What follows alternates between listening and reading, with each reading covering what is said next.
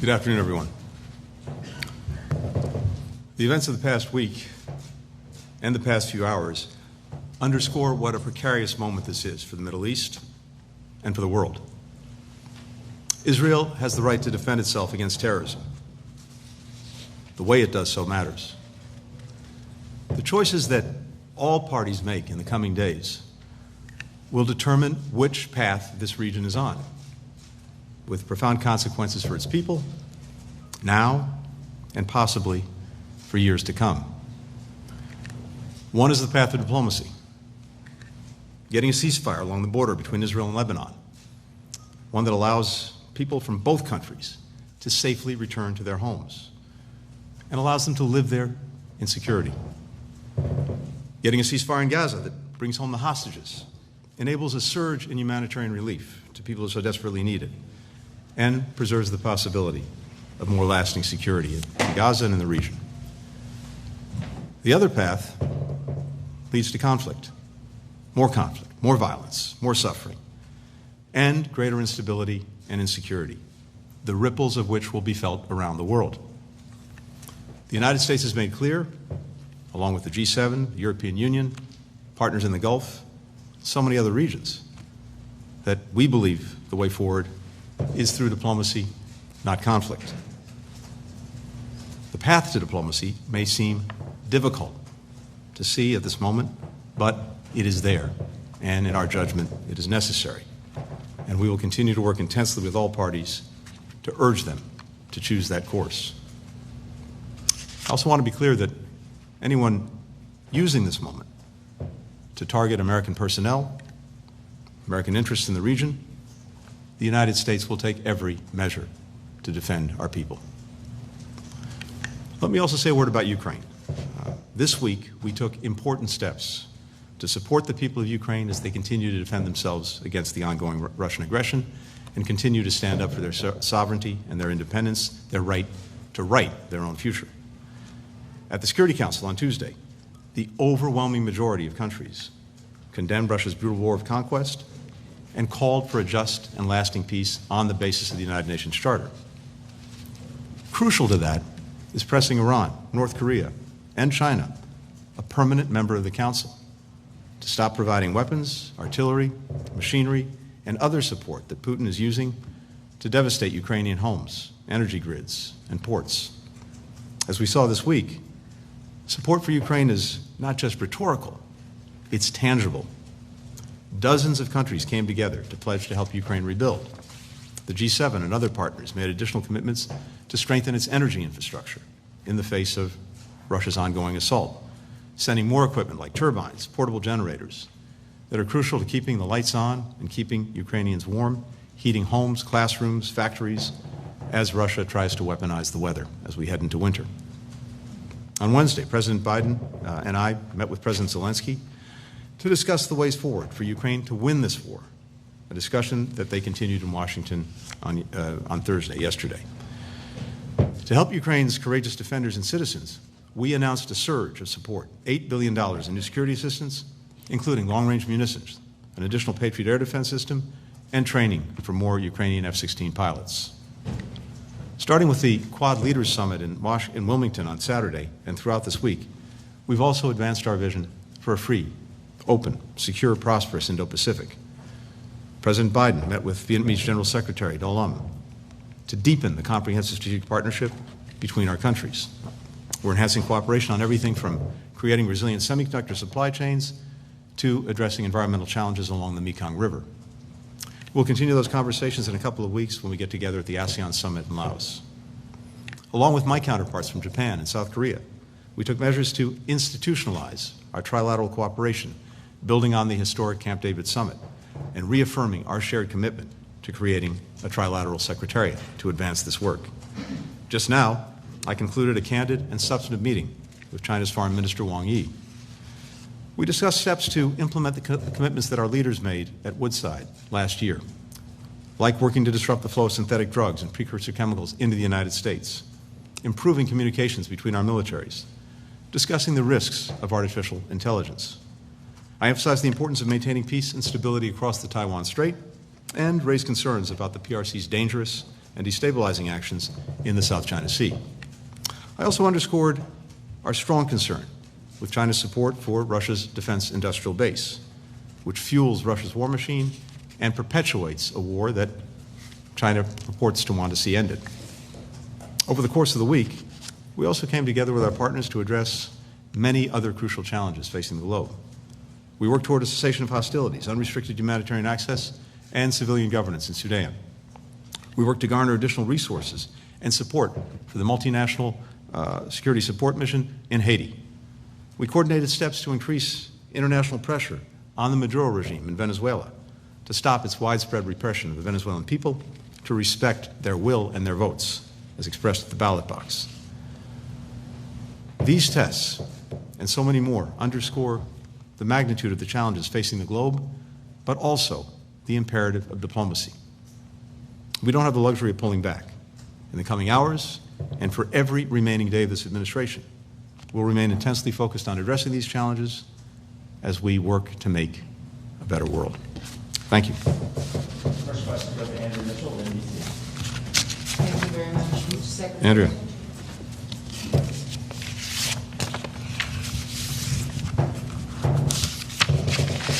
Mr. Secretary, a senior Israeli official just briefed the press on today's operation and why they are still going into Lebanon.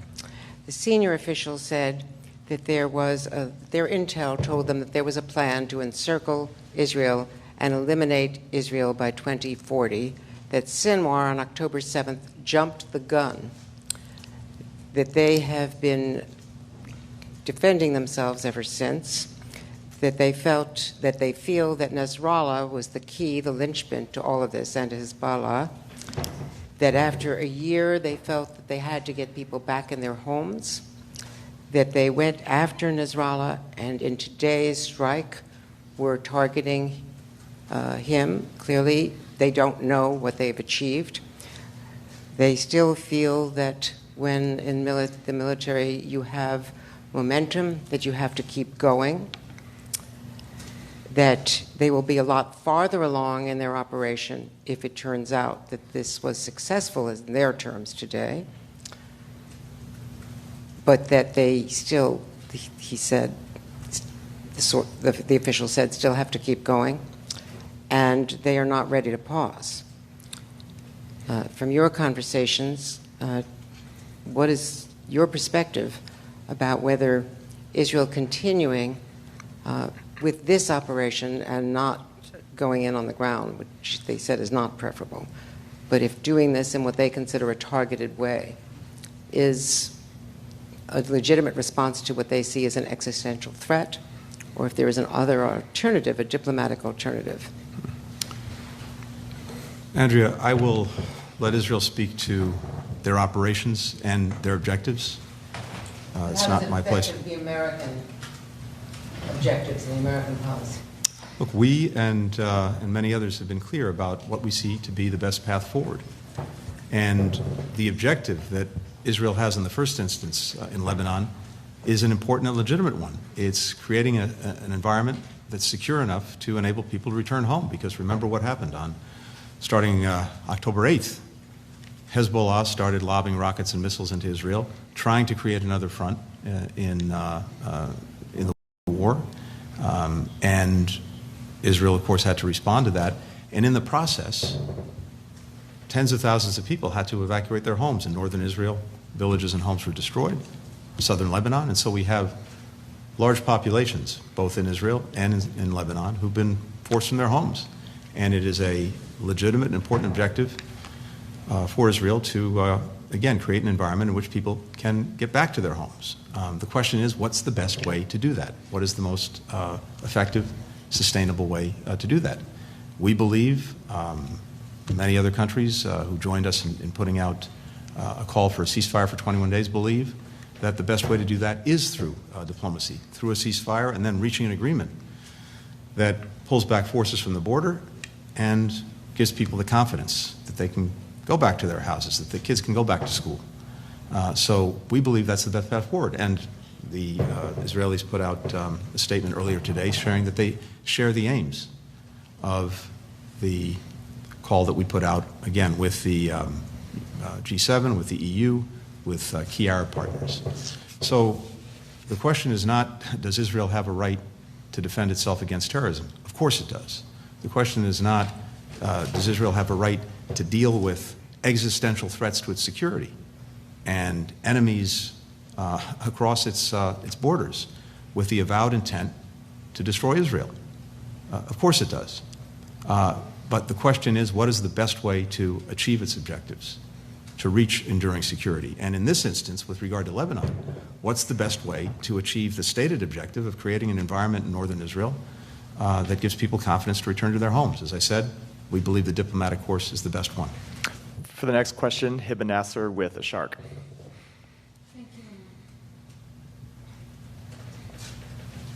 Thank you, Mr. Secretary. I want to ask the question again. Since October 7, you've been saying that Israel has the right to defend itself. And you've been stating all the time that they have the right to defend themselves against Hezbollah and Iranian proxies in the Middle East. So, my question, now you repeated how it does that matter. Can you clarify whether this Israeli approach to targeting Hezbollah's leadership falls under self-defense, and what's the U.S. administration clear position on the policy of targeted assassination? And if I may, please, one second question. You've emphasized for calm along the northern borders, and you have been working towards this goal for the past 11 months.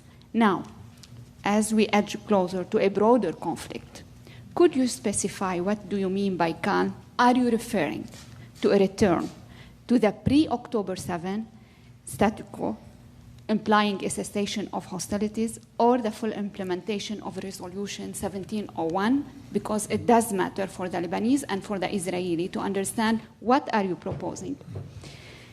And just one final question. We are 2 weeks away from October 7, Mr. Secretary. What could you have done differently that might have changed the current situation? Thank you.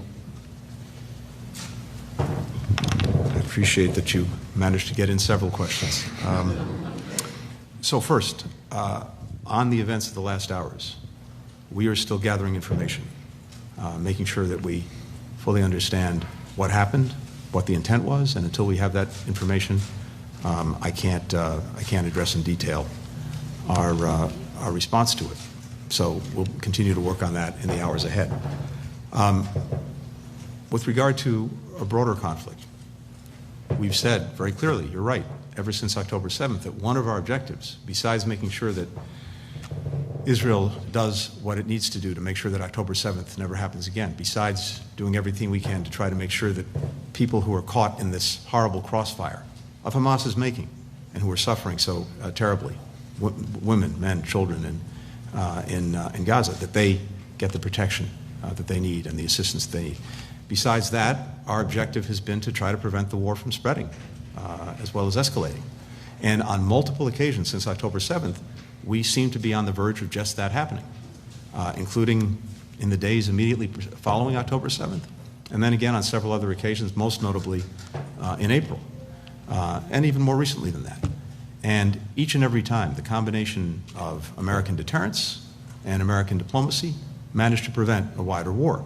We're intensely focused on doing exactly that now, along with many other countries, because in our judgment, in the judgment of so many others, it's in no one's interest to have a wider conflict. And so we're working in every possible way to prevent that from happening. Now, in terms of where we think this should go, no, going back simply to October 6th in terms of the border between Lebanon and Israel is not sufficient, because it's not simply a matter of having a ceasefire, that is, Hezbollah firing into Israel, Israel responding in a tit-for-tat. What's necessary is to create the conditions, including moving forces back, such that people in both northern Israel and southern Lebanon have the confidence to return home. It would be important, finally, to make 1701 real. not simply a piece of paper that's never been effectively implemented. And I remind as well that as part of Israel leaving Lebanon in 2000, after it had been bogged down there for 15 years, as part of that, and through 1701, the understanding was that any of the armed militia would put down their weapons. The state should have a monopoly on the use of force. Hezbollah never did that.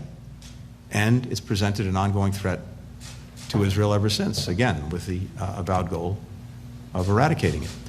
So in this instance, the most important thing to do, again, if the objective is to just get people home, get kids back to school in Israel and in Lebanon, most important thing to do through diplomacy is to try first to stop firing in both directions, and then to use the time that we would have in such a ceasefire to see if we can reach a broader diplomatic agreement on this. I think it would have to proceed in phases, but we have to have conditions on the ground such that people know with confidence that they can be safe in their own homes. And finally, as we come to October 7th and the anniversary of that horror, our focus is not thinking about the past. Our focus is intensely on the here and now and the efforts that we continue to make to get a ceasefire that brings the hostages home, that results in a surge of humanitarian assistance to the people in Gaza who desperately need it, and that opens the prospects for enduring peace and stability. That's where our focus is. That's where it's going to remain. Olivia Gazis with CBS.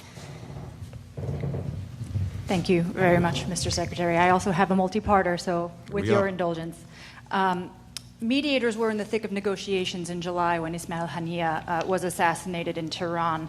Now there's the unconfirmed possibility that Hassan Nasrallah has been targeted, possibly killed. Just days after the U.S., of course, put forward its ceasefire proposal with a coalition of countries. How can the U.S. continue to put its weight and credibility behind these proposals when it can make no assurances that its mediators won't be targeted and won't be killed?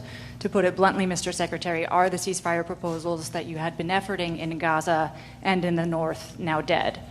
On Iran, to date, Tehran seems to have been deterred through, as you mentioned, U.S. efforts from directly retaliating against Israel and other interests, including after the assassination of Haniyeh, including after the pager operation in Lebanon. Is the U.S. willing to continue its efforts to deter Iran, especially as some of these operations that the Israelis are engaging in come with little advance notice, if any? And on Ukraine, earlier this month, you and Foreign Secretary Lamy stood in Kyiv and said that you would continue deliberations about long-range weapons capabilities in Russia over the course of the UN General Assembly, engaging with Western allies. The Germans came out this week publicly to voice their opposition to that capability. Is there a clear answer from the U.S. To this request from the Ukrainians? And if not, how much longer do you expect them to wait for a clear answer? Thank you. Thanks. Olivia, with regard to the ceasefires, both in Gaza and in Lebanon, I don't think the question is one about individuals. The question is one about interests and what is in the interests of the respective parties, and getting them to act on those interests. I mentioned a moment ago, in the case of Gaza, the interests of all concerned really should go to bringing this ceasefire agreement across the finish line that we've been working to do now for the last several weeks. It's manifestly in the interest of Israel, which in Gaza has accomplished the military objectives that it's set out at horrifically high cost for civilians who were caught in the crossfire that Hamas created. But those military objectives have been achieved. And so getting the hostages home, putting Gaza on a better path, I believe is in their interests. It's manifestly in the interests of people in Gaza who would get immediate relief from the war, immediate relief in terms of a surge of humanitarian assistance, and a commitment from the international community to help them rebuild their lives. And it should be in the interests of Hamas if, as it says, it represents the interests of those Palestinians in Gaza, because the ceasefire would advance those interests. So irrespective of the individuals involved, the interests are clear, and whoever the individuals are, they'll have to make determinations and decide. Similarly, when it comes to Lebanon, same thing. It's clearly in the interests of the Lebanese people to have peace, to have security, to have stability, to not live under threat. And certainly in their interest to avoid a wider war, where inevitably the biggest victim of such a war, those who would suffer the most, are the Lebanese people. And so those who purport to represent their interests and have their well-being at heart should find a way to act on those interests, irrespective of the individuals involved. And this is what so many of us are working to put forward. We've been very clear in not just what we've said, but also in what we've done, including the deployment of significant assets in the region, that we will do our part to deter further conflict, to deter escalation, to deter a widening war. And there are two sides to that coin. One, to avoiding that wider war. One is this deterrence, and we are committed to it. But the other is diplomacy. And as I mentioned before, on several occasions since October 7th, we've been on what we judge to be the brink of that wider war, and through a combination of deterrence and diplomacy, we've managed to prevent it. That's what we're focused on now, and all parties in the region, I think including Iran, know that and can see that. And then finally, with regard to Ukraine, I wasn't there because I was here in New York representing the President and the administration. So while I got a chance to see President Zelensky with President Biden briefly when they were both in New York, the meeting that took place yesterday was one that I wasn't part of. And I can tell you, though, from the readout that I got from the meeting, that it was not only very good and very positive, but among other things, it resulted in, or we announced at the same time, the provision of significantly more assistance to the Ukrainians, notably security and military assistance, more than $8 billion worth, that will carry us through the end of this administration. In the conversation between the President, President Biden, and President Zelensky, the Ukrainians presented their plan for victory, and I'll let them speak to the details of that, including what's necessary in their judgment to achieve it. And we are studying it very carefully, and that includes what, if any, additional things we or other partners of Ukraine would be called on to do in order to help them achieve that success. But the President's been very clear that he's committed to Ukraine's success. He's committed to making sure that they have what they need to effectively defend themselves as well. I've said it many times, and I'll say it again. Every step along the way, we've adapted and adjusted to those needs, and I'm convinced we'll continue to do so. And for the final question, Mark Manier with South China Morning Post. Hi, Mr. Secretary. Thank you very much. Brazil and China, a couple of hours ago, pushed further on this idea of sort of mediating with a peace plan. Can I get your reaction to that? Is it a distraction? Is there a useful part of that, particularly in light of President Zelensky's opposition to it? Related to that, Ambassador Nick Burns yesterday, I believe, basically signaled that there could be more sanctions on China related to their dual-use assistance to Russia. Given that at this point we seem to have about 300 sanctions by some count against China, and there's not too much evidence that they have managed to change China's behavior, what's the effectiveness of putting more sanctions on that? Is there a different approach here with allies, perhaps, that can be done to change China's behavior? And finally, any thoughts on a Xi Jinping and President Biden meeting, call, something perhaps on the sidelines of APEC? Thanks a lot. Thank you. So on the peace proposals, peace plans, from our perspective, any proposal, any plan that's grounded clearly in the principles of the United Nations Charter, notably territorial integrity, sovereignty, independence, is something that's worth looking at. So I was very clear in the Security Council a couple of days ago about what we and most other countries see as the basis for a just and lasting peace.